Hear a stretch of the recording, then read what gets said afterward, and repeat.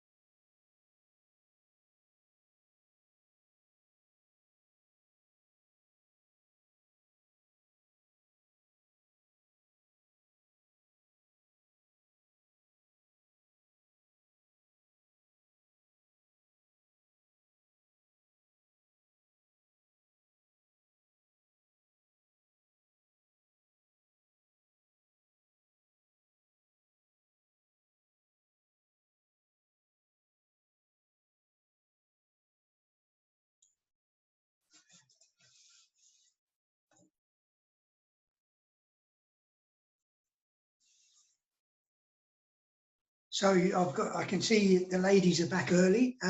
So Helen and Sue, what is it working for you? Is it making sense? Super useful. Yeah. What about for you, Sue? I've got my OS and then my Harvey's one next to each other, so it's really good to compare. Okay, good.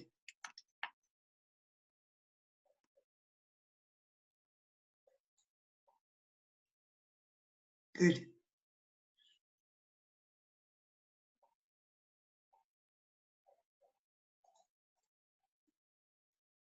It's very odd doing this because you just feel like you're talking to a screen, you know, and I know you're there, but it doesn't feel like it. Zoom is so strange, isn't it? It is.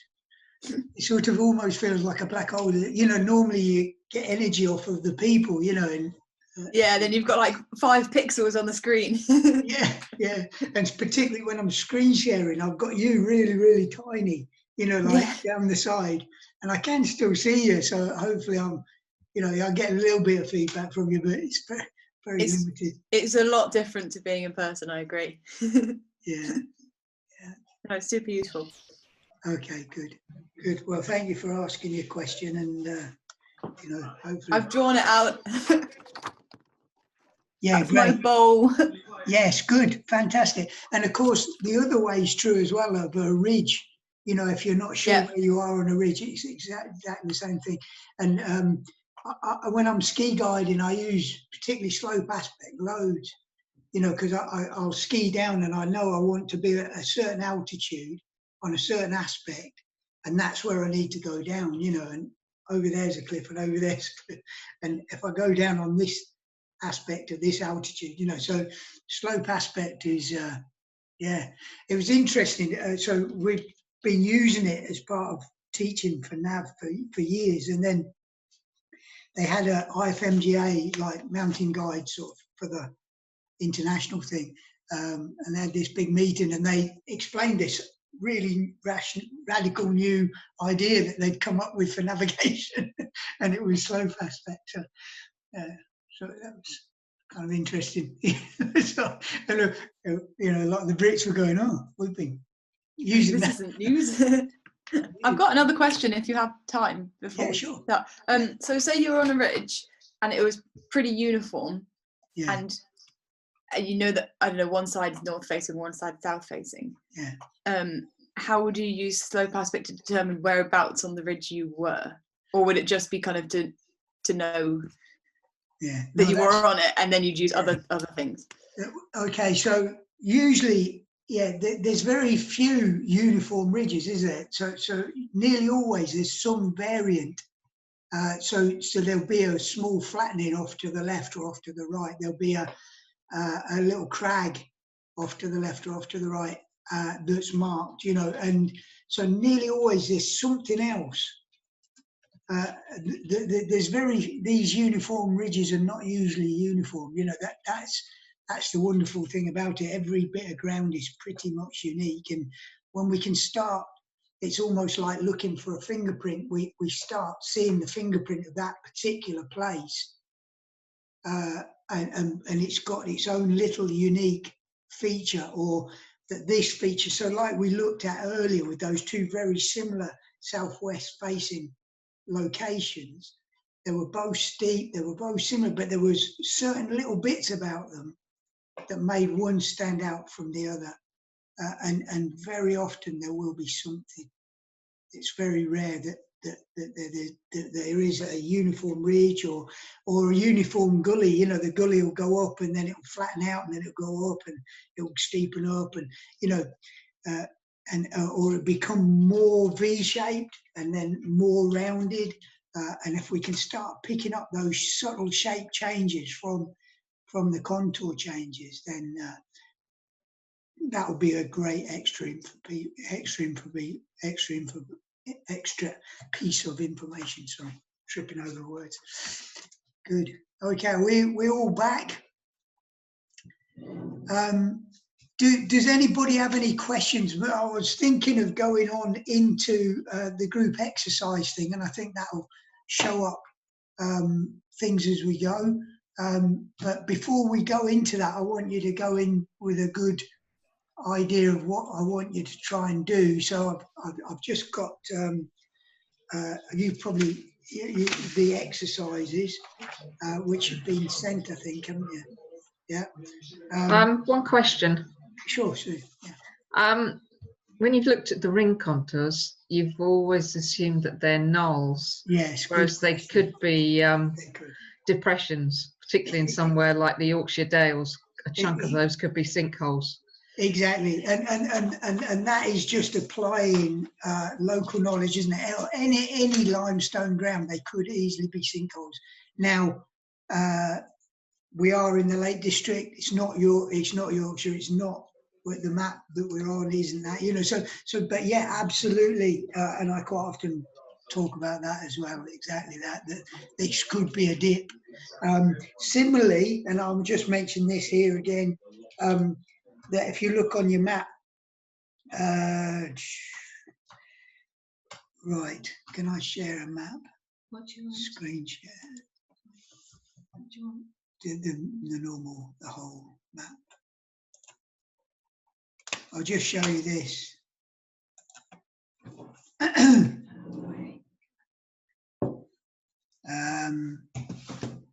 Okay, can I move them? You can. Okay, I've got rid of them. Oh no, they're still in the way. There we go. Sorry. Okay, great. Let me have a look. Okay, so you can see, can you all see this piece of ground here? So there's loads of knolls, isn't there? 1, 2, 3, 4, 5, well, 6 if you count that one as well over there. But 5 knolls up on that flattening. And what Sue was saying there is, of course, 1 or 2 or all of them could actually be depressions rather than height gain. They could be dips. Now, I mean, I actually know this piece of ground, so I know they are all height gains. But also the other thing is, of course, that there may be those 5 lumps, and it might be that that is all there is and the rest of the ground is relatively flat. But it's quite likely that there'll be quite a lot of other humps and bumps that don't quite break the contour and that are still there. And that's when in order to separate one from the other, we need to be able to pace or time or accurately measure where we are. So let's say we're on this one. How do we know we're on this one? Well, maybe we've come up this valley here, and we know the one that we're looking for is in a direct line with the line of the valley. And yeah, and so we taste time or pace from one to the other to work out where it is. Is that, where have you gone? So yeah, thanks, Sue. That's a really good point. Why is that? Just carry on.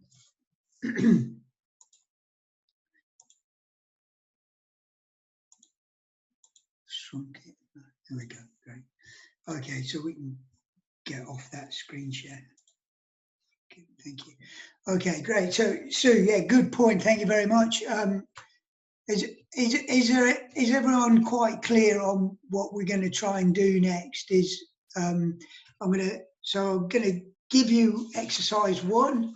I'm going to put you into breakout rooms, so there should be, if it works properly, 2 people in each breakout room, and the computer randomly sort of does that. So I'm not sure who will end up with which.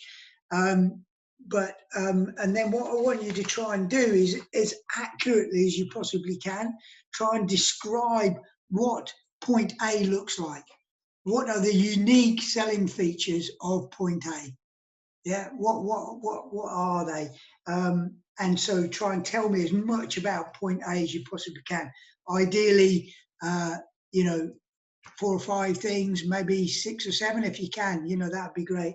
And then more the journey then from A to B. What are you going to see? How will you know how far you've gone? You know, what distance is there? So there's obviously these other D's which we build into our description are distance and direction, aren't they? Yeah. So we walk this far in this direction and we will see these things. Yeah. After this amount of time, we'll see A.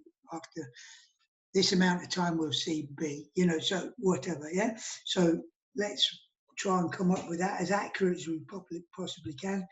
And then when we arrive at B, how we would know that we're there. What are the unique selling features? What would be just beyond B? If we overshoot, what will we find? Okay, so as much description, and if you can do that in your pairs and just try and write that down, and then we'll report back and compare notes. That's the plan.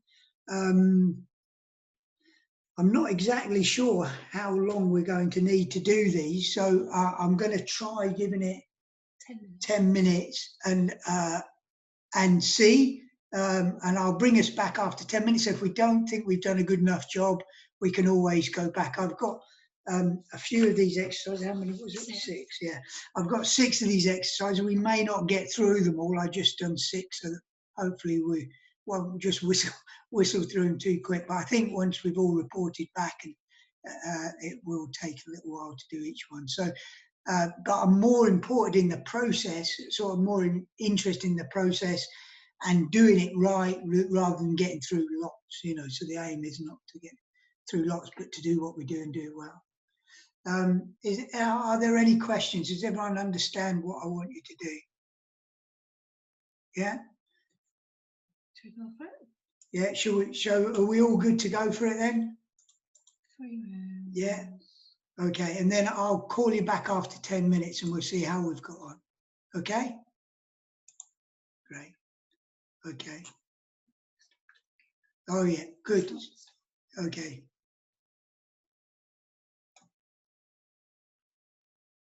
I was going to say they needed to click on the room. Right. That's it. Oh.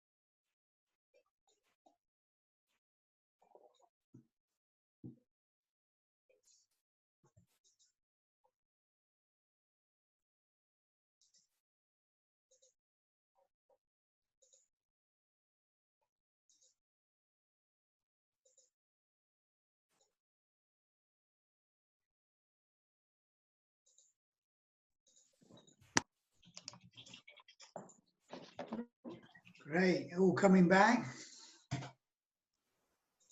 The identified point B. Sorry, you what? Chris? Was that long enough? Oh, No. it wasn't for us. Okay. No. Anybody else? Was it long enough? Yeah. It's okay for Helen and Michaela. They got it. Okay, but the other teams didn't get it all. Okay. Well, maybe we'll allow you more time the next time. Yeah.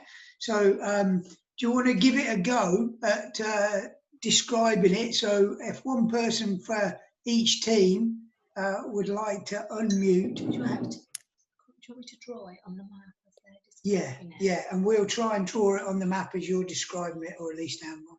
Right. Just a minute. So the first one, what does it look like? It's the long thing one. First one's that. That one. Okay, so who wants to give us give No, it? sorry. You start talking. Which team would like to try and present? Well, Helen, you seem to think your team had done a good job, so would you mind Okay. starting? Yeah. Just hold on a minute. Just hold on a sec. We're just getting that. Just opening it with the right software so I can draw on it. I forgot about that. I had it opened with the wrong thing. So so just to be clear, what we're planning to do is, can we see them as well? Just keep talking. Is just try and draw on the map what you're describing so that everybody can see it and see what we're talking about. That was what we were hoping to be able to do. Yeah, it's opening. There we go. So you're sharing that now? Yeah. Yeah. Great. Okay. Okay. So Helen, you're gonna report back for your team? Who Okay, was sure. it? Who were you with, Helen? Was it Michaela. Michaela? Yeah. Okay, so at point A, we decided that we're at the high point of this piece of raised ground. And it's a broken contour, so it's not quite 15 meters high, but it's still significant. To our west, it drops off quite steeply, and that's quite close to us. Yeah. And then to our east and the south, it's quite a big flat area. We think if it's good visibility, we should be able to see the saddle to our south, and then we should also be able to see point B. We can see the kind of gully to our southeast as well. Yeah. So we should be able to kind of look out and see our path. Great. Should I go on to our journey? Yeah, go. Cool. Yeah, that's great. So how many points did you have that as sort of describing where you were? 6. 6. That's not bad. Yeah. Okay. And we'll see what other people come up with before. I don't want to preempt stuff. Okay, great. Okay, so let's go on this journey. Try and describe it to us, and Anna will try and draw it. Okay, so on our journey, we've counted 1, 2, 3, 4, 5 contour lines, and then I guess like another 6th one to get down to the flat bit of the saddle, which is 150 meter drop, and it's quite in terms of the steepness, it's quite uniform, like the whole way down, because all the contour lines have equal spacing. Great. So we're not expecting it to be steeper and then less steep. It should be the same gradient. Great. As we go down. We'll know when we get to the flat bit, because it's kind of, well, it should be obvious if we can see it, but we'll stop going down, and we'll know if we've overshot if we start going up. Yeah, great. So we'll know when we're there, and we should be able to see the gully to our east. And then is that line that's on the map? As we're heading up to B. So is that line that's on the map, is that in the right place, Helen? On the screen. On the screen? Yes. Yeah. Yeah. That's the line you were planning to take. Yeah, which is a southwest aspect. Okay, great. And then as we head up to B, we're expecting to climb 30 meters. So it's going to be a much easier climb up than it was coming down from A. Well, much less steep gradient. And then B, we think B is like not quite, B is a little bit higher than that ring contour with the broken dashed line. Once you get to the top. So we think when we're on B, we should be higher than that kind of dashed line. Bit of ground, and we know that if we look to the south, the ground should drop off. So we don't want to, once we've reached the highest point in that area, we don't want to go down again. So we want to walk up as high as we can. And we know that if we go even a tiny bit south, we should start going down. So we should be on like the very edge of that area. So if we overshoot, we'll start walking down again. And we were also thinking to our east of the crags and the bowl we talked about earlier. So we could take a bearing off one of those to kind of check that we are where we think we are. Or if we had good viz, for sure. If we had good viz, we could, couldn't we? Yeah. And we should, if we, I guess, looked north, we should see that kind of big piece of raised ground slightly lower than us, then another little lumpy bit, which is the other tiny ring contour. So I guess if it was good visibility, we'd be able to spot those. And our last point about if we overshot was that there's a lot of those like tiny contours in quite a large flat area. So I imagine it'd be quite tussocky looking ground and lots of random bumps and lumps, but they'd all be lower than where we're stood on B. So if we're there, we're in the wrong place. Okay, great. Okay, good effort. That's a good start. Would anybody else from one of the other teams like to try and describe their journey, add anything, or anything that they think might help, a little bit more detail, or possibly duration and distance added into that? Duration and distance, we could have added a bit of time. What did you work that out to be? So we've just because I was using the exercise graph, and actually it's not to scale on the Romas. I think it's about 1.5 km between points. Obviously depends. You're probably moving at an average of 4k an hour, maybe. So maybe 22, 25 minutes total. Okay. And have you allowed any for time lost, time gain for height? No, I've not considered that, but I guess you would be going a little bit faster downhill, and then or potentially, I don't know. It's depends how broken it is. Doesn't it? Yeah. And then you may slow down a little bit. So maybe around it up 25, maybe 30 minutes, but you'd break that down a little bit more. So leaving point A, going down into the saddle, that'd be your kind of first. Have you heard of the sort of 10% rule of thumb? Have you heard of that? Anybody? No. Okay, so what I do for times and or pacings, let's say I'm going down and it's nice and gentle.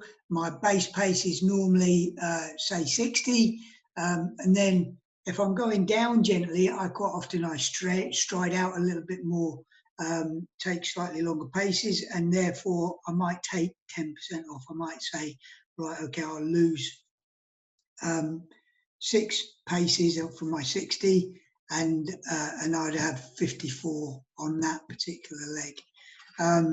Then if anything goes wrong, like I'm walking on the flat and maybe I'm walking into the wind and it's a strong wind, I might add 10%, so I go up to 66.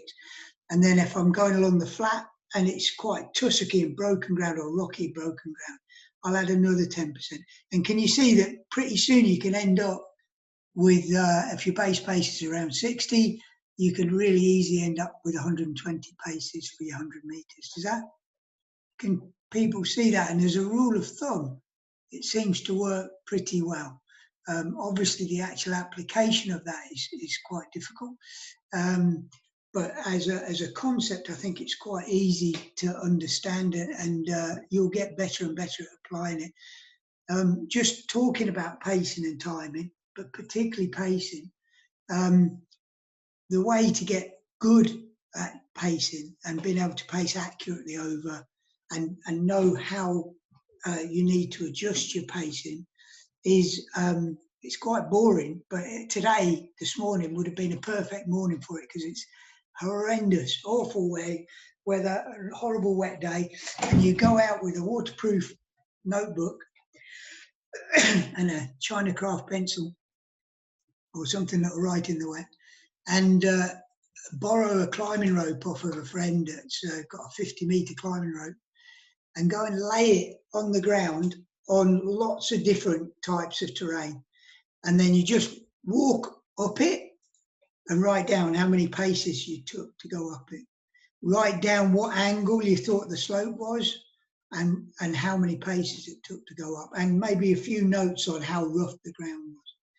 And then walk back down it again, see how many paces. Obviously, you times it by 2 to get your 100 meters.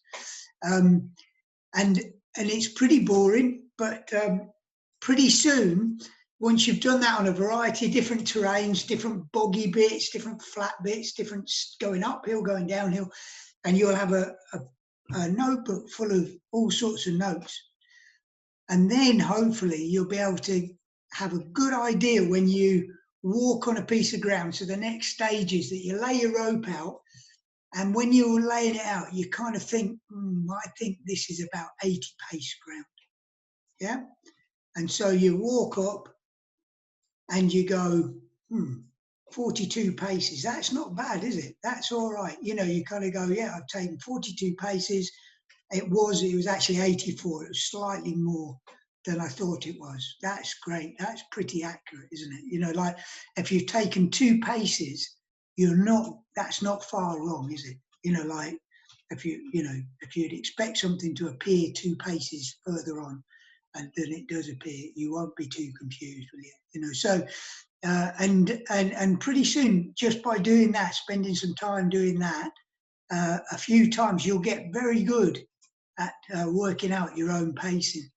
The other thing I'll just point out is that when we walk, if you can see my hands here, we walk about 1 foot length in between each foot. Does that make sense?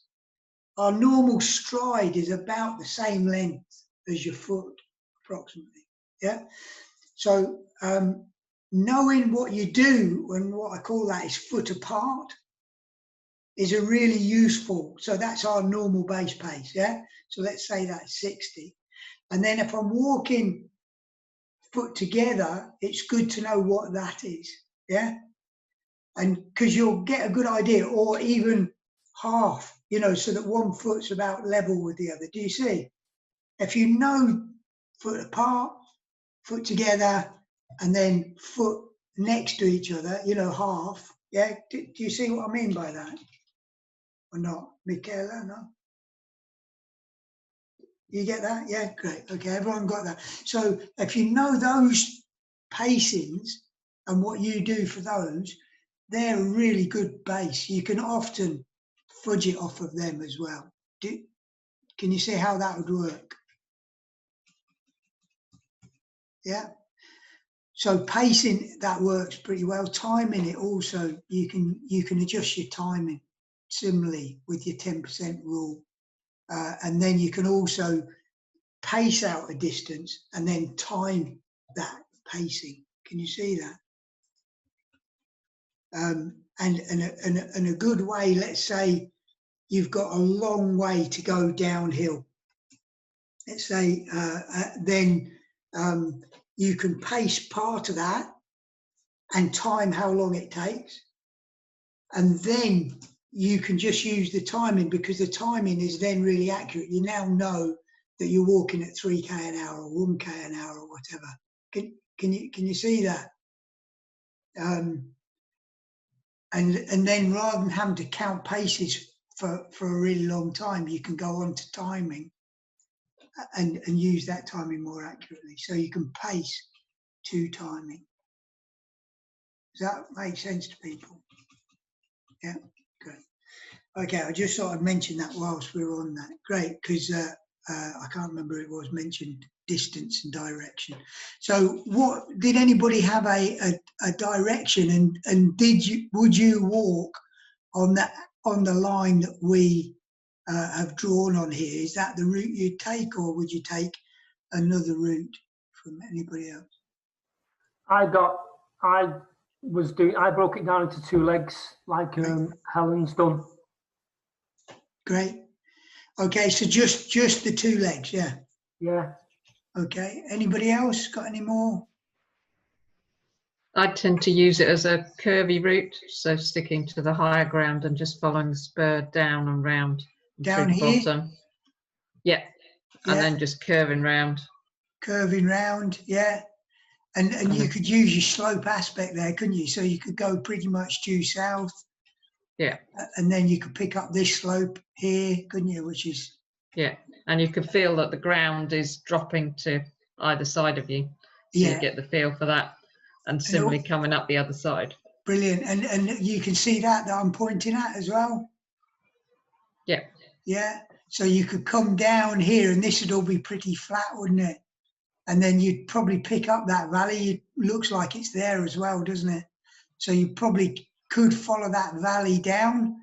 And if you followed that valley down, it would bring you right on the edge of here. So that if it was limited viz, you should know exactly where you are here.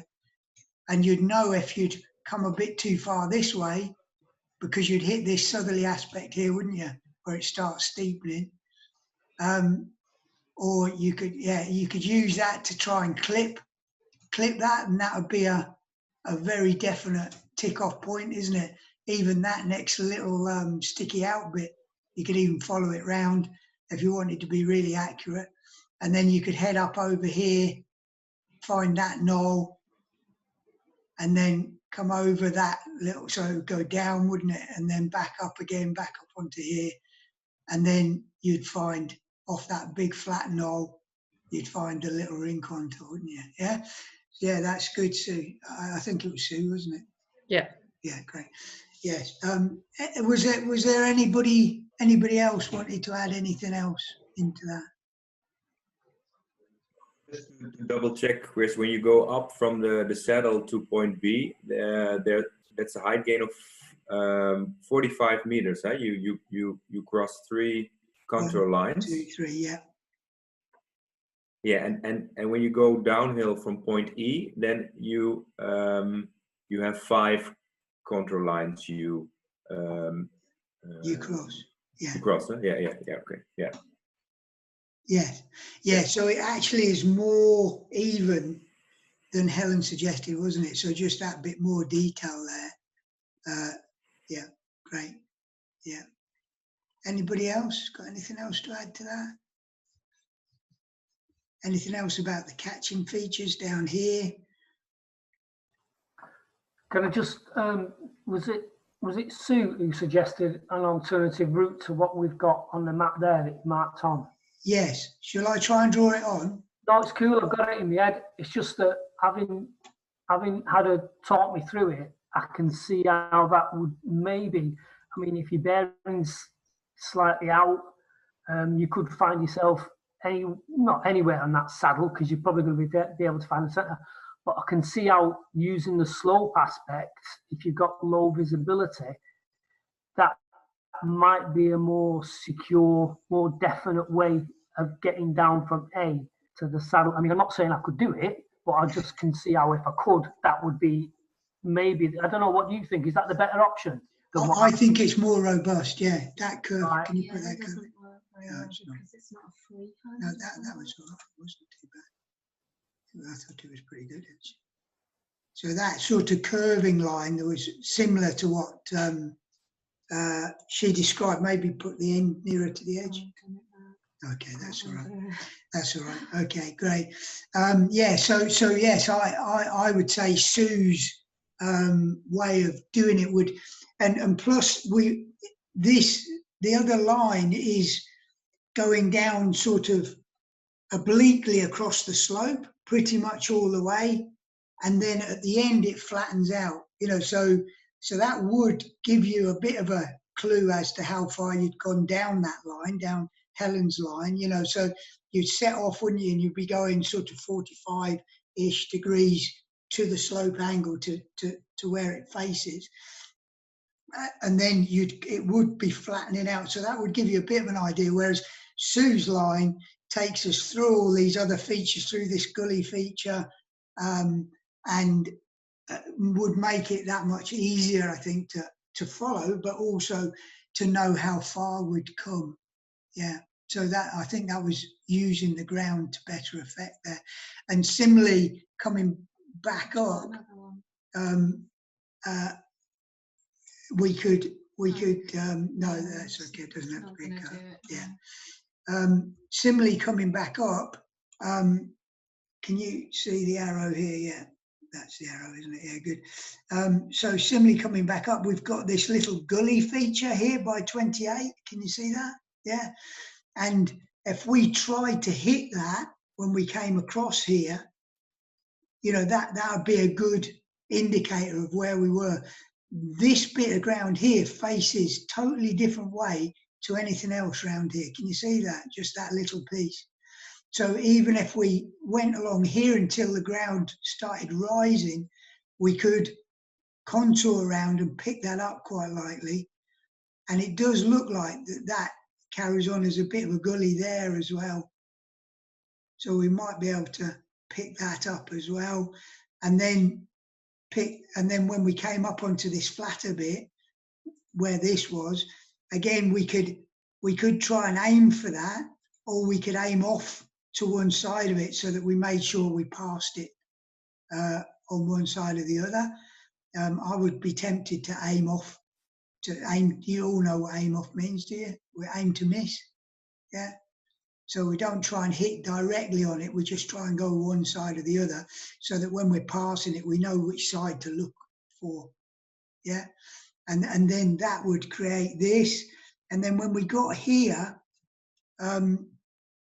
at point B, what else is there? There's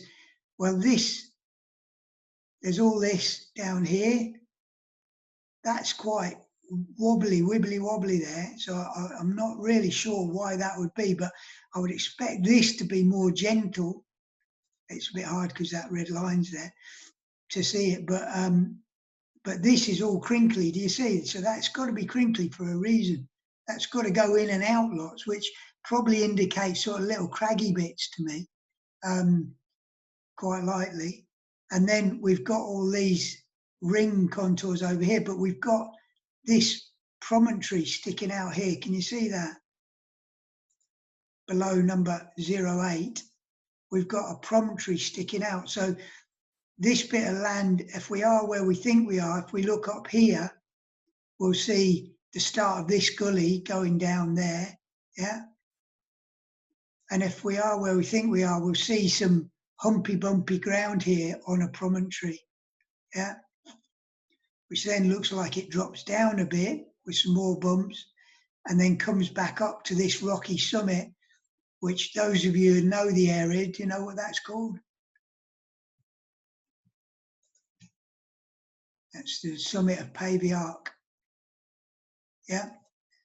If you know that area, so yeah, cool. Good, okay, so has anyone got anything more to add to that?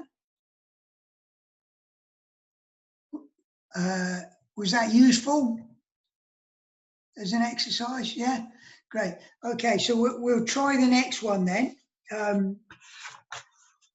So and would you like a little bit more time? Should we try giving you 12 minutes? Yeah, I mean, I'm not bothered. We can take as long as you need.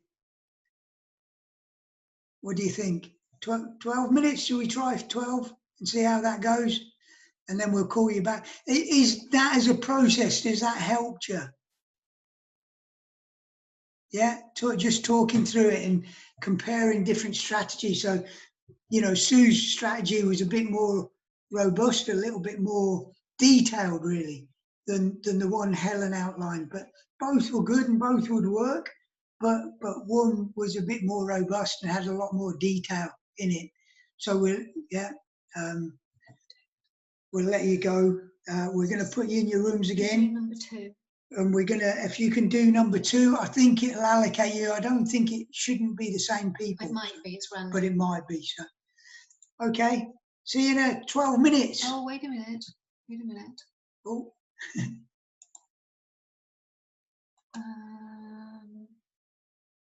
I think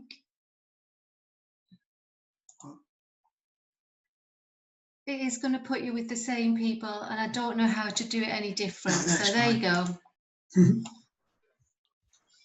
Bye now.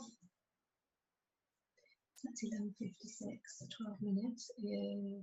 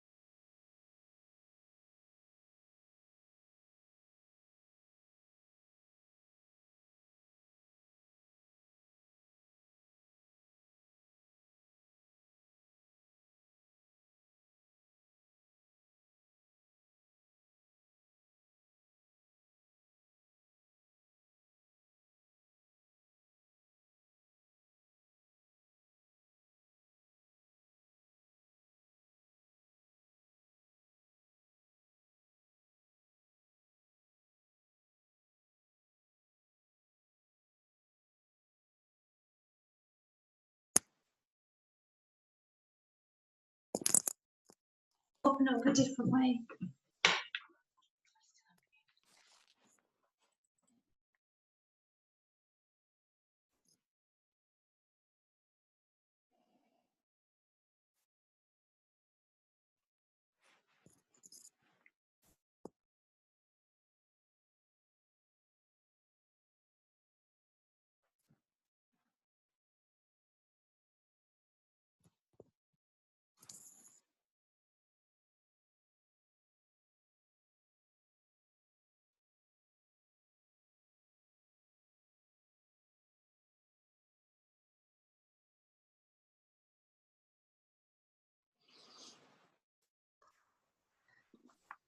I thought we'd go kind of like that.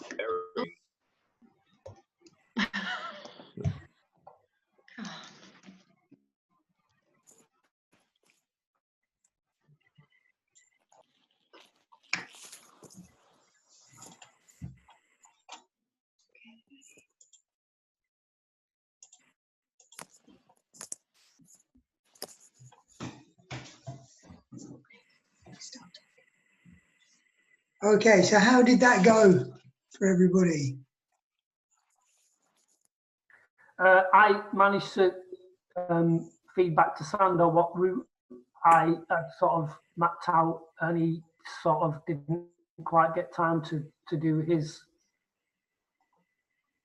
Okay. So you didn't get time to do this exercise too? Or?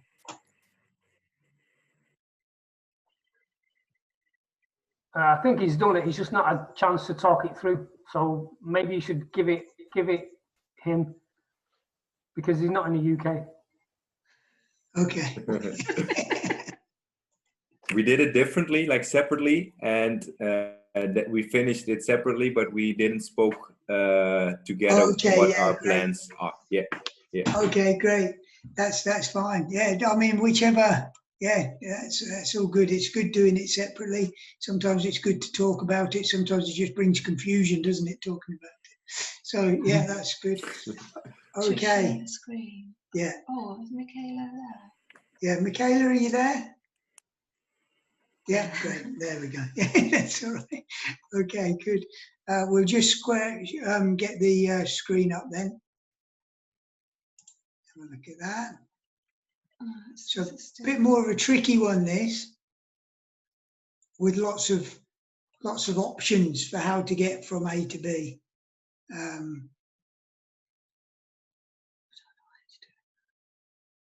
on anyway. Right. Okay. Well, who'd like to start? I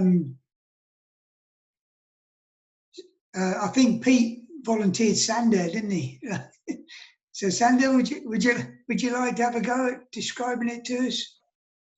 I accept the invitation. Well, when you are at point A, I wrote down that you see a gully on your left side, on the west side. You see a gully, and because of the gray lines, you can see rocks on the west side. Yeah. Going like up northwest, and you see steep ground on the southeast. I think you have two contour lines touching each other. So on the southeast of A, like if you stand on the middle, the steep ground, I guess, and you see on the northern part and the northwestern part, you see also rocks and cracks and very steep ground. Yeah. And then I started to point A, B, and I think I would choose the safe route around the cracks, like go east, then north, and then west. Follow the contour line where I stand on point A, with northeast, and then you have this. Yeah, how do I say it? You have the small platform northeast side, I think I would go there, and from there follow north on the east side of the cracks, and then look for a route that's going into the wide gully going west uphill. Where I'm not totally sure where you're talking about, Xander. Just could you say that again, or do other people understand what he means? Can we draw this on? Yeah. I hope so. I couldn't hear what he was saying. Ask him to text. Yeah, I would take that with your where the mouse. Yeah. Okay, up and right. Yeah. Yeah, like northeast. Yeah. And then you have the left from the bigger contour line. There's a small platform, like over there, yeah. About there, yeah. And then from there I would go north. Yeah, contouring around. Yeah, contouring around, and then look for a good way up into the wide gully going uphill on the western slope. Down a bit. Yeah, there. Yeah. Okay. Yeah. And let's go up that gully. Yeah, and then go straight up to the west. Yeah. A little bit like north from the cracks because of the rock fall maybe. Yeah. And then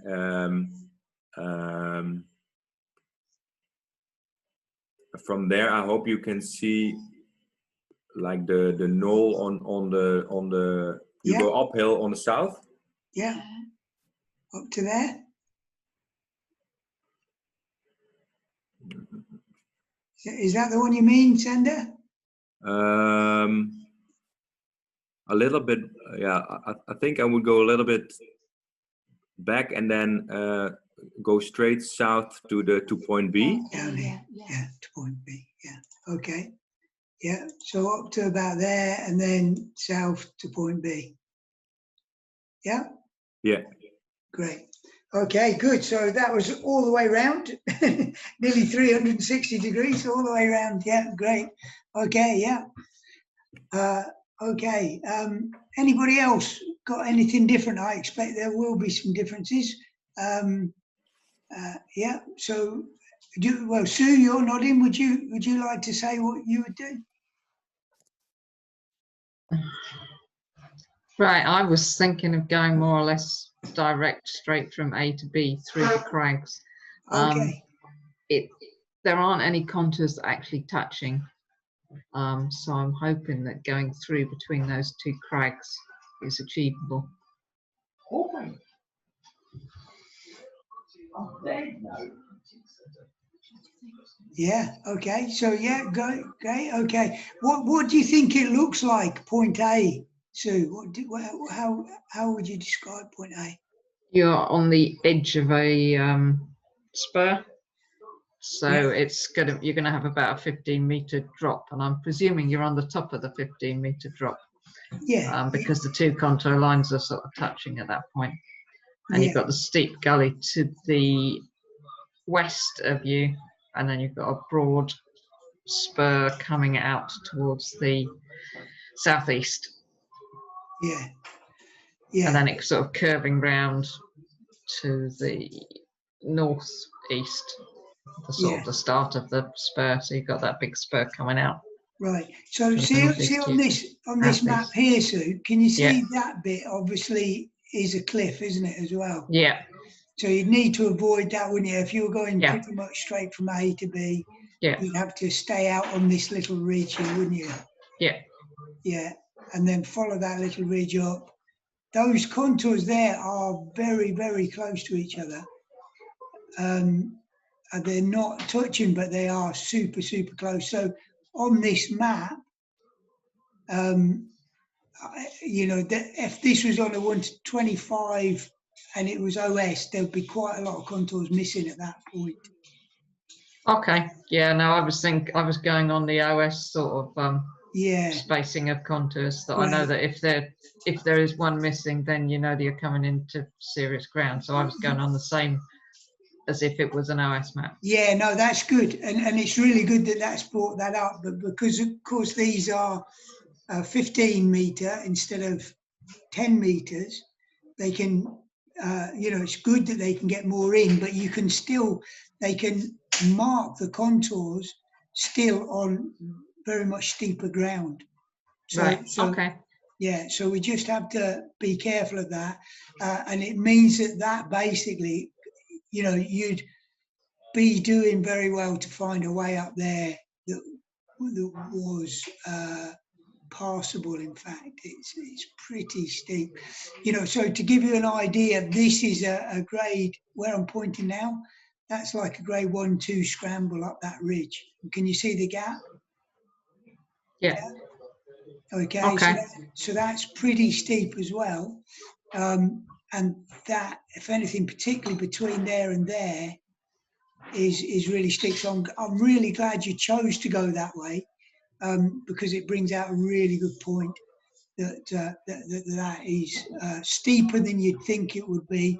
And again, this is the dialect thing, isn't it? It's tuning into that. So that's great. I'm glad you chose to go that way, because it brought out a really good learning point. Yeah. Anybody else got any other ideas of where they, or has everyone else chosen to go the similar sort of routes? Okay, I think I suggested we might go off to the west. Through here. Yeah. Yeah. Okay. So which way? So we take it from there. Did you have any other descriptive things for point A, or is that pretty much they've said what it is? Pretty much as to what Sue's described. So we were doing this together initially. So there's an arête sticking out, isn't there? And it's probably got a cliffy bit on the end, and it looks like it carries on up. Yeah. That sticky out bit, yeah, good, and steep on that side, yeah, good. Okay, so we'll go, and so if we're going from A up to here, what's the ground going to be like there? Again, it's going to be fairly steep. You've got those contour lines close together. Yeah, so we could find this bit of a flattening on the edge of the circle there, couldn't we? Yeah. Yeah. A relative flattening, and then there's a bit of a gap here, so that would be a good way, wouldn't it? And then there's a little bit of a gully there. Can you see that little bend, isn't there? Yeah. Yeah, and then we could follow that around. It looks like there's a little bit more gap between that contour and that contour than there is between that one and that one. Can you see it's steepening up as we go up? So we would just be above this cliff, basically using that cliff as a hand line to follow along the top of, through a little way through there. Is that what you're thinking? Yeah. And then we've got that there. What's that I'm pointing at there? It's quite a distinct angle change, isn't there? Yeah. So that's, So you notice that should be fairly prominent when you get to it, and it'd be... It should, and we should be able to maybe use that if we're handrailing round below it. That's south on a southerly aspect. Can you see that?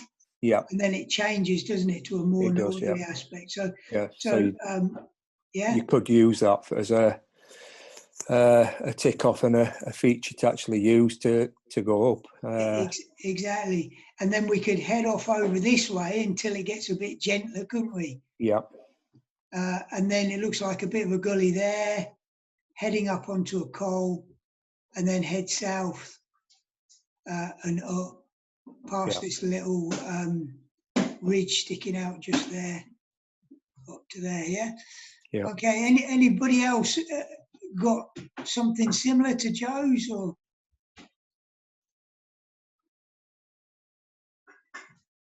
What did you get, Peter? Which way did you want to go?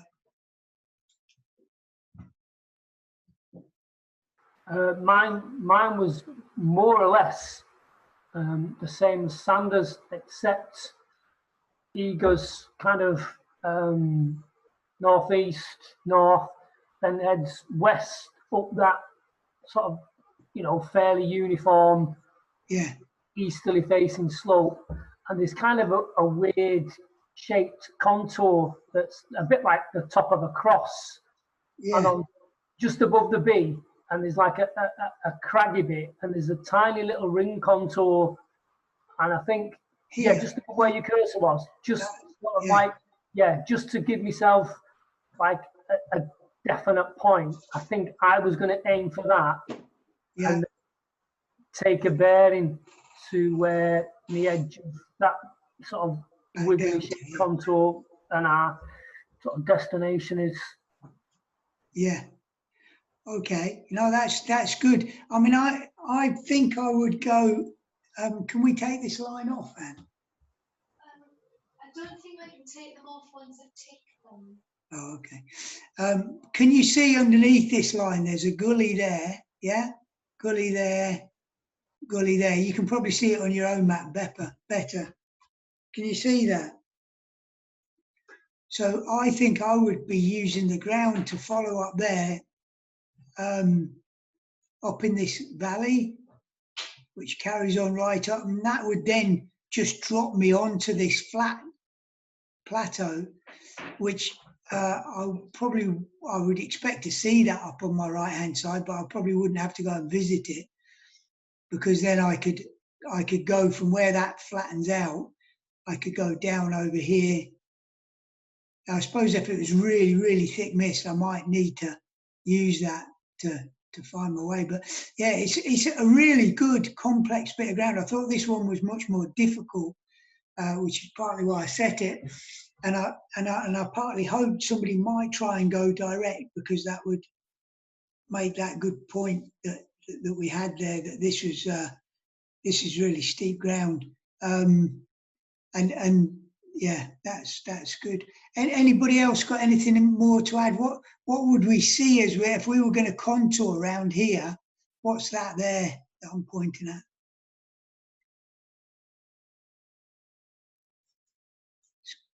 There's a re-entrant, isn't there, going up there? Can you see that? That runs nearly north-south. There's a re-entrant that leads us up onto this flattening. Yeah. So if we were following that round, if we had contoured round, that would be something to see, wouldn't it, on the way? A very obvious flattening there, and we could use that as a tick-off point to then head further north on. You know, so we could head up to here, and then we could follow this gully up through here, following the gully, and then come round there. So either way, I mean, do any of you actually know this piece of ground or not?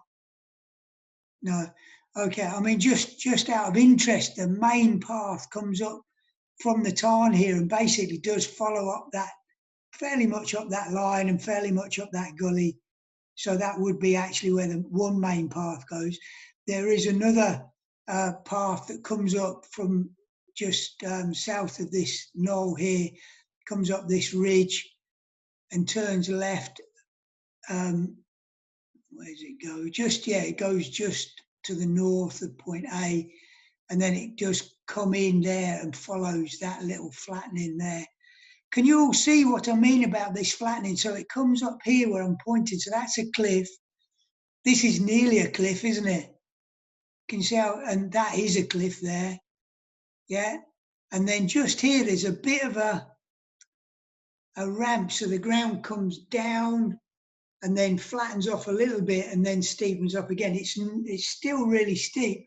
And this is a bit of an interesting, because it's a bit of an accident black spot, this in the winter. So when there's snow here, because of course any little slip or trip at this point would dump you right down into the top of this is Dungeon Gill, and it's really deep.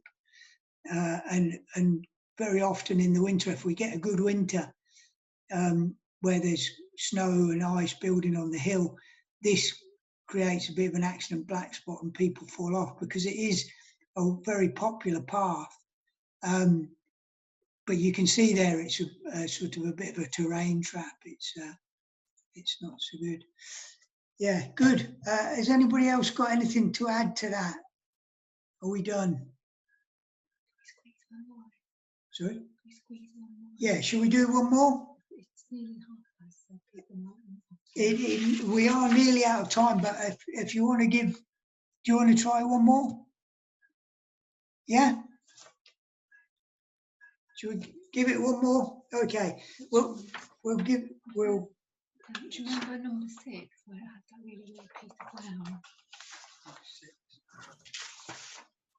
That blank on loss. Oh yeah, cool. Yes, let's try this. We'll try exercise 6 because we found a really odd piece on the map and we just want you to go and have a look at it. So try working out what you think A is, because it's quite an interestingly marked piece of ground. Yeah, so try doing exercise 6. Everyone clear on that? Exercise 6.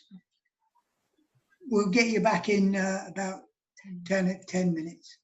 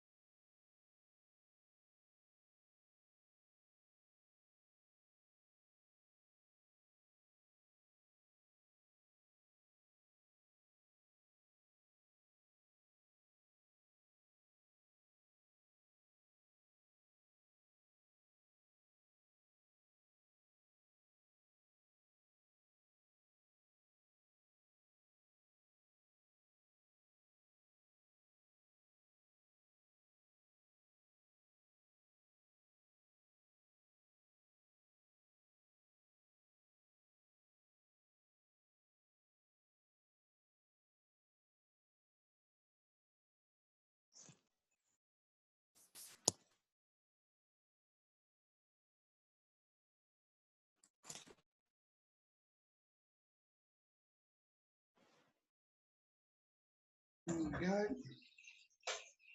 How did that go, Joe?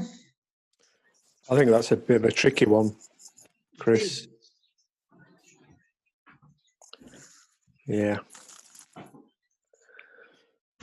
I think this is where I know this is contour, but I think just for a comparison, I'd probably want to have a look at another more detailed map, OS map. Yeah. Yeah. No, and obviously it would be worth having a look at that. What was it called? Something Moss, right? Blind Time Moss. If you want to look, I thought it was, yeah. Yeah. Yeah.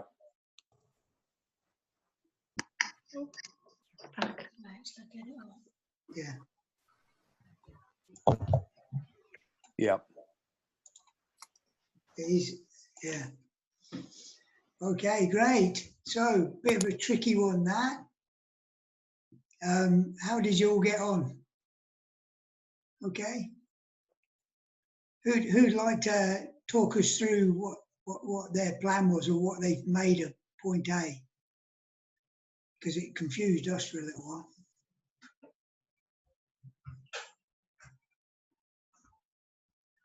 Joe, would you like to give us an idea of what you thought?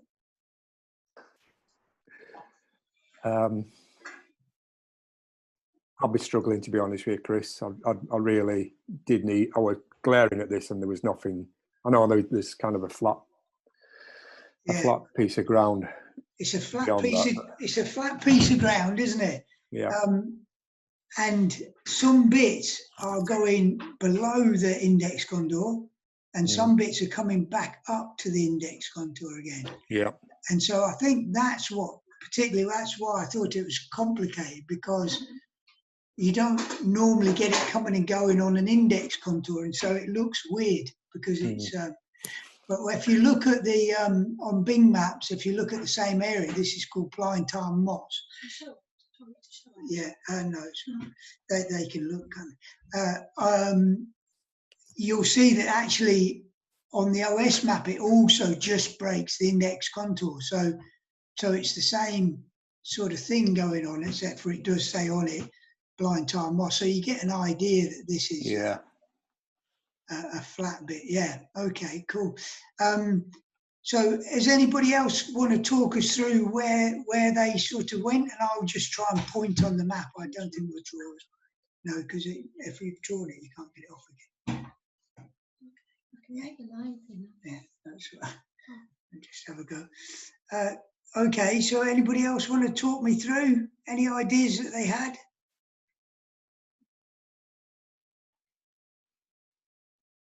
No?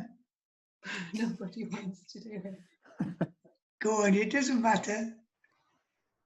I was going the gully to the southwest up onto the sort of 375 spur, and then heading northwest Okay, up onto that. Up this galley, yeah? Yeah, yeah. Right, yeah. Up onto the kind of, well, the roughly 375, yep, there-ish. Yeah. And then northwest. Up that gully? Yeah. Follow that round? Yeah. Until you get up onto the top. And then what did you think that looked like, Sue? I don't think I got that far. I just thought that was the logical route. Yeah, no, it is. Looking more at the cause of A and what it was by just looking at the extract.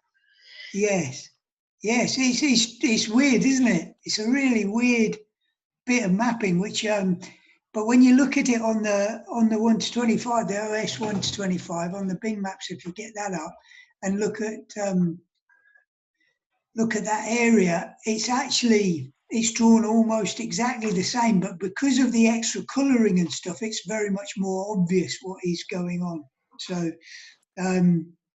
so obviously this is a ring contour. There's another bump there with a higher bit and a lower bit. And then, yeah, and that I think that's a really good, robust line, you know, particularly if it was limited viz. You're staying well away from all this steep ground, aren't you? You're not getting yourself involved in anything there.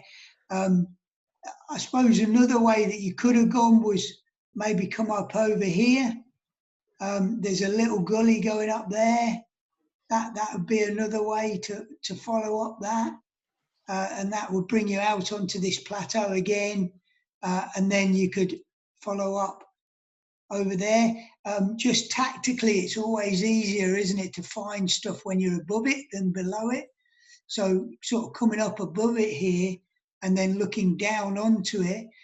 This seems to indicate a bit a crag, you know, so this is that top corner of that contour bends round. So we've got a very obvious change in shape there from, well, that's pretty much a northerly aspect round to that's a westerly aspect, isn't it? So if you found the top of that and handrailed round, you'd find that quite clearly, I think. And actually, this is looks like a little gully going down. It probably goes down over there. Looks down like a little gully. So quite an odd piece of ground. All this piece of ground over here, I don't know if you've ever navigated on it, but it's you can see it's got all these ring contours, and obviously it's got loads more humps and bumps than are marked on here. So you have to pick something. So I think by following this up and then following that valley up there, I think I'd know where I was there. I might even be tempted to go over and find the edge of that crag because there's a very distinct gully there. And then I would use that as a sort of an attack point to go up to this gully. That looks pretty distinct. And then I would use that to come into here because I just know this ground is a nightmare. It's just, you know, it's all boggy. It's all covered in bracken a lot of the year. There's paths all over it, some of which are marked, some which aren't. There's little tarns that are marked and some of which are marked and some which aren't. You know, this bit of ground, if you ever want to go and practice your navigation, is a great place to go and practice because it's pretty difficult to find yourself very accurately from it, and you have to use everything, you know, pace and timing and shape of the ground, all those different things to try and work it out. Helen, did you have anything different or?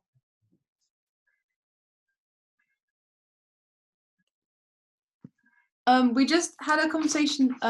Michaela pointed out that the ring contour is like a thick index line. Yes.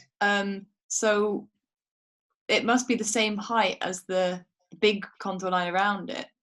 Yes. So we wondered how that could be. And we also, when we got to B, we both saw like the kind of grey line.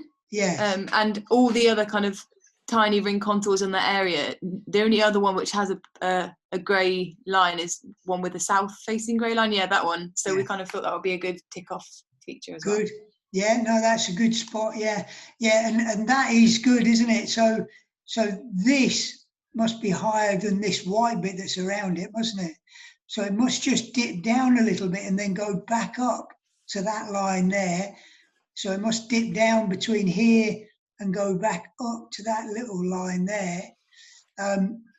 But yeah, it's a really weird bit of mapping. If you can get Bing Maps up, it's worth having a look at it on the 1 to 25. But even on that, with all the colouring and shading and stuff, I would say it does help. But if you look at the way the contours are drawn on the 1 to 25 OS map, it is actually pretty much exactly the same as that.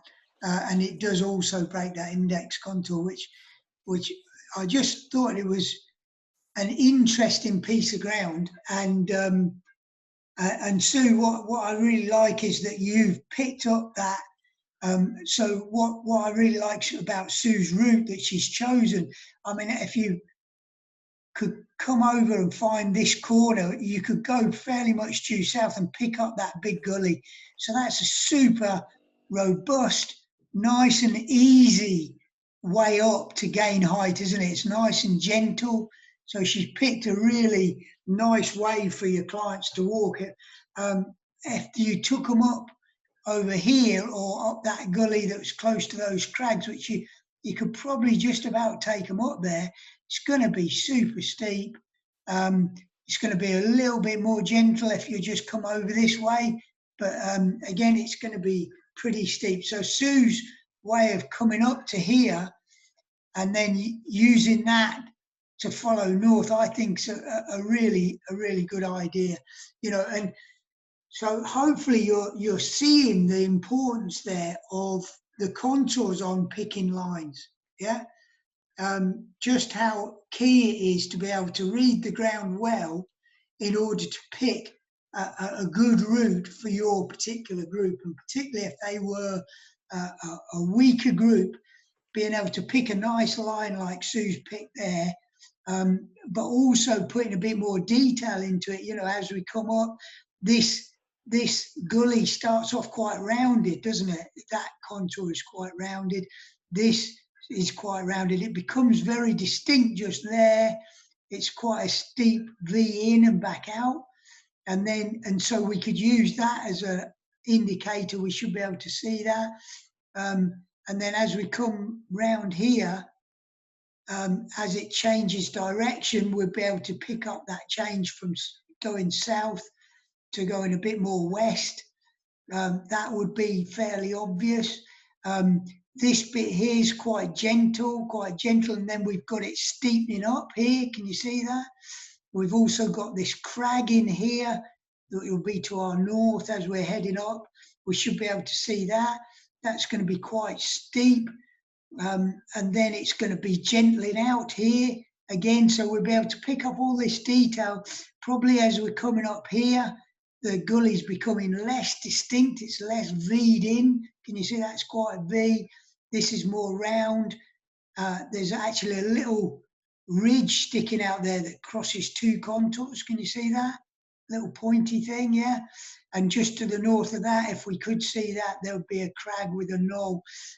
Again, we could even use that to come round here and head north up onto that knoll so that we absolutely knew where we were. And then we could use that to head maybe up over here in this little gully and even pick that knoll up and then use that as an attack point for there. So by being able to break it down, it's going to make it a whole lot more easy to find, isn't it? Because we're breaking it down into lots of little bits. Does that make sense to people? Did anybody else have anything else to add to that? No. No? Okay. I am still here. My camera's just failed, that's all. Sorry, go and say that again, Pete. I am still here, it's just that my camera's failed. Okay, right, great. Okay, that's fine. I'm glad you're still here, Pete. Joe, you're still here, are you? Yeah. Great. Okay. Question, Chris, because the route you mentioned, it's hard for me to. Is it all uphill? Because I can see when you go southwest, it's uphill. This is all uphill, yeah. But then towards B is also uphill, huh? It's not so clear. This is all uphill, yes. Yeah. And we can tell that just from the numbers here. Do you see 300, yeah. 375? Yeah. So it would be hard to tell if those numbers weren't there, but they are. Yeah. And so that tells us that is all uphill. But that's a really good point, that may have been going back downhill, but because the numbers are showing we're gaining height. Yeah. Okay. Yeah, great. That's good point, Xander. Okay. How has that been? Have you got any more questions about anything else or anything related? Yeah.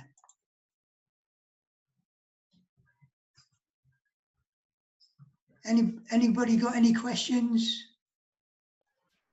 Could we have the grid references for the exercises so that we can compare them on the real maps? Because some of them are a bit hard to find.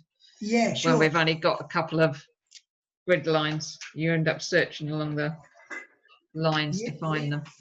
Yeah, we can do that. Yeah, sure. We can Right. send you the grid lines. Yeah. Thanks. Yeah. I've got a question, Chris. Yeah, sure, Pete. Yeah. I think you might have mentioned that you do a night contours class. Yes, we do. Yeah. What do you know? Have you got dates for that? Yeah, we haven't set dates for that yet. No. We usually do it in November, December time, so that we don't have to be up in the middle of the night. Okay. But yeah, we haven't set a date. So, but Pete, we can send you dates if you're interested. Yeah, we do like very, a limited. very interested. Yeah. Okay, a limited viz contour class. Yeah, we do that. Yeah. And we can send that to all of you if you're interested. Well, send it anyway. If you're interested, you can have a look. We haven't set a date yet though, but we will set one in the autumn when the nights are drawing in a bit, and we don't have to go out like tonight. I'm going to be out pretty late, I think. It's still pretty light. Yeah. Anybody else got any more questions? Has this worked as a thing? Yeah. Yeah, I've had to think a lot, so that's always a good thing. Good. And was it clear? Did you feel like you knew what you were doing when you went into the breakout rooms and stuff? Was that? Yeah. Clear. Great. Yeah. Okay. It's just I did one of these that Mountain Training had set, and I not this, but on another subject. But and every time we got into the breakout rooms, nobody had a clue what we were trying to do. So I was very keen that you'd be clear on what I was asking you to do. So yeah, but you were. That's good. Okay, great. Okay, well, thank you for being part of this. I really hope it's been useful, and it's sort of a different way of doing things, but it's it does make you think a lot, doesn't it, Pete? It certainly made us think, just even setting it up. And if you want to continue, do the other exercises that we've got on there, and compare those to your OS map and see how that all works. I think that would probably be a good way to spend the rest of a wet afternoon. And it might bear some fruit, that, I think. So that should be good. Is that? I think we'll finish there. So anybody got anything else to ask? No. Good luck. Thanks very much. Thanks very much. Yeah. Thank you. Okay. Look, Chris. lovely to see you all, and hopefully it'd be nice to see you in the flesh sometime. Up in the mountains. Yeah, and I'll see you quite soon, Xander, won't I? Yeah, I hope. Hopefully, September we can travel. We can still travel to the UK. Yeah. Yeah, I hope so. Yeah, let's hope so. Yeah. Yeah. Okay. Well, Looking forward to it. Yeah, Yeah. looking forward to that. Yeah, that would be great. Okay, lovely. Good to see you all. Bye-bye. Thanks. Bye. All right. Bye-bye.